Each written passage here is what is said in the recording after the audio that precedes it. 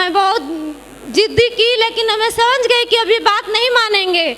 लेकिन जब मैं समझ गई, सुबह निकल जाते थे बिना खाए पिए, और समझने के बाद मैं भी अपने मन में अंदर अंदर डिसीजन ले ली, मैं भी छोड़ी। मेरे पर चाहे जो भी कुछ पड़ेगा मैं झेलने के लिए तैयार हूँ।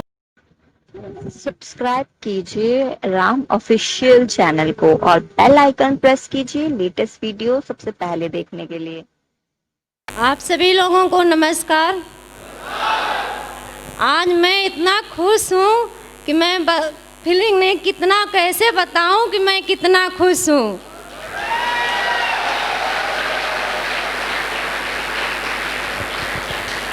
मैं परमपति परमात्मा को बहुत बहुत धन्यवाद देती हूँ यह खुशी देने के लिए, और मैं अपनी माता पिता को बहुत बहुत धन्यवाद देती हूँ जिन्होंने मुझे जन्म दिया और ऐसे पति का हाथ पकड़वाए। मैं उनको बहुत बहुत धन्यवाद करती हूँ। मैं अपने सास ससुर को बहुत बहुत धन्यवाद करती हूँ, कोटि कोटि धन्यवाद करती हूँ। मेरे सास ससुर एक माँ की तरह हैं। मैं उनको बहुत बहुत धन्यवाद देती हूँ। उनके भरपूर सहयोग की वजह से आज मैं यहाँ खड़ी हूँ। और मेरे ननद देवर सभी मेरे परिवार बहुत अच्छे हैं। मैं उन लोगों को बहुत बहुत धन्यवाद देती हूँ।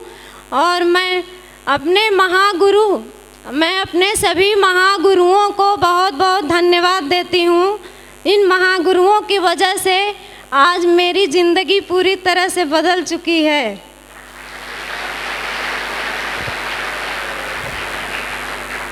और मैं ऐसे किस तरह से मैं कहूँ और किस तरह से नहीं कहूँ।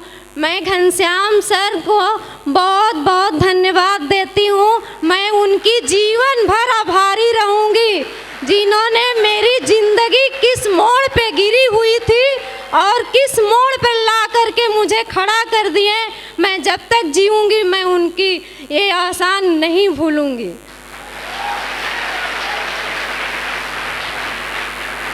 पहले तो मैं सभी लोग, ये मेरी प्यारी दमदार सी टीम है, मैं इन टीम को भी बहुत बहुत धन्यवाद करती हूँ। और मुझे तो आज इतना सारा खुशियाँ हो ही रही है, लेकिन ये मेरी प्यारी सी जो टीम दमदार है, जिस दिन डायमंड बन के स्टेज पे खड़ी होंगे उस दिन मुझे दूना दून खुशी होगी।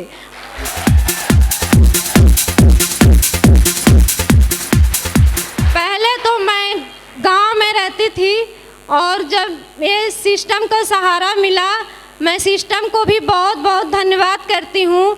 जब सिस्टम का सहारा मिला तो मेरे पति ने मुझे बहुत शौक़ था मैं इलाहाबाद रहूँ, लेकिन क्या करूँ, मैं एकलौती बहू थी, इसलिए मेरे पति ने मुझे गांव में छोड़े थे।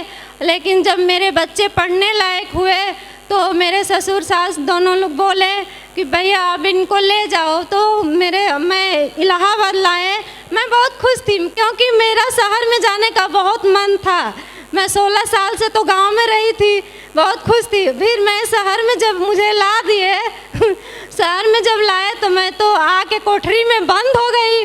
मैं सोची कि भगवान ये कहाँ ला के मुझे बंद कर दिए, मैं कहाँ आके फंस गई। मैं गलत डिसीजन ले ली। मुझे तो बहुत शौक़ था कि मैं शहर में जाऊँ, लेकिन ये डिसीजन गलत ले ली। लेकिन मैं गलत नहीं ली थी, डिसीजन सही था, मेरे सोच गलत थी। और जब मैं यहाँ आई और मेरे पति सुबह 6 बजे निकल जाते थे और रात को 12 बजे आते थे, मैं बहुत गुस्सा होती थी और पिताजी से फ़ोन करके बोलती थी कि मुझे गांव बुला लीजिए। पिताजी कहते थे कि मैं बच्चों को पढ़ने के लिए वहाँ भेजी हूँ, नहीं तो मैं गांव में ही रखती। और मैं यही करके मैं इनसे बहुत गुस्सा हो के रह जाती थी। फिर मेरी बात एक नहीं सुनते थे और मेरे मोबाइल में बैलेंस भी नहीं डलवाते थे।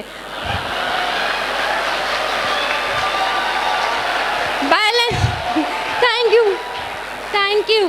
बैलेंस इसलिए नहीं डलवाते थे, अगर कभी डलवा भी देते थे तो कहते थे इसीलिए नहीं डलवाते हैं बैलेंस, लगती हो पिटीर पिटीर करने।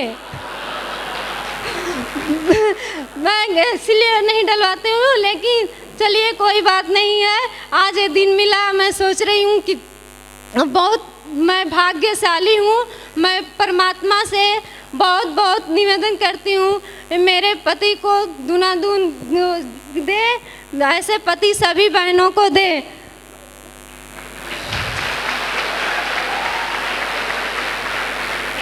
और मैं ये सोची और मैं बहुत मेहनत और दमदारी के साथ मैं जान समझ गई कि अब ये मेरी बात मानने वाला नहीं है।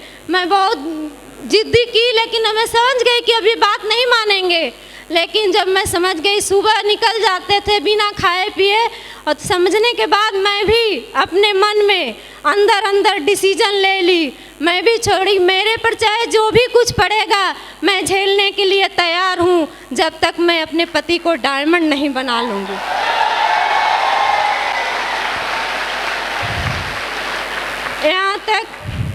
यहाँ तक कि मैं अपने बच्चों के, मैं गांव के रहने वाली थी, ज़्यादा पढ़ी लिखी तो नहीं थी, लेकिन शहर में आने के बाद और इस काम को मैं समझ गई, तो मैंने डिसीजन लेने के बाद मैं अपने बच्चों को पेरेंट्स टीचर मीटिंग में भी जाती थी। मेरे बच्चे बीमार भी हो जाते थे तो मैं दवा भी दिलाती थी, और मैं ये भी करती थी, और कुछ जानती उनती नहीं थी, फिर भी मुझे जो समझ में आता था मैं पूरे मेहनत के साथ अपने पति के कंधे से कंधे लगा करके मैं पूरे मेहनत के साथ यहाँ तक पहुँची हूँ।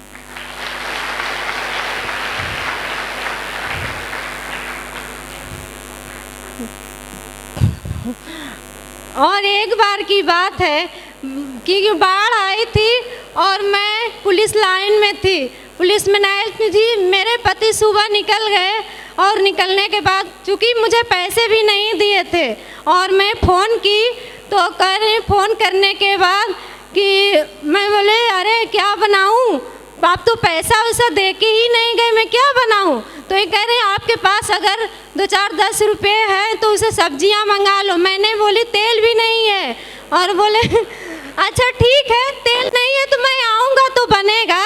मैं बोली ठीक है। अच्छा जब 12 बजा तो मेरे पति ने फ़ोन किए, फ़ोन करके कह रहे हैं घनश्याम सर आए हैं, कहो तो मैं होटल में खाना खा लूँ। मैं बोली ठीक है,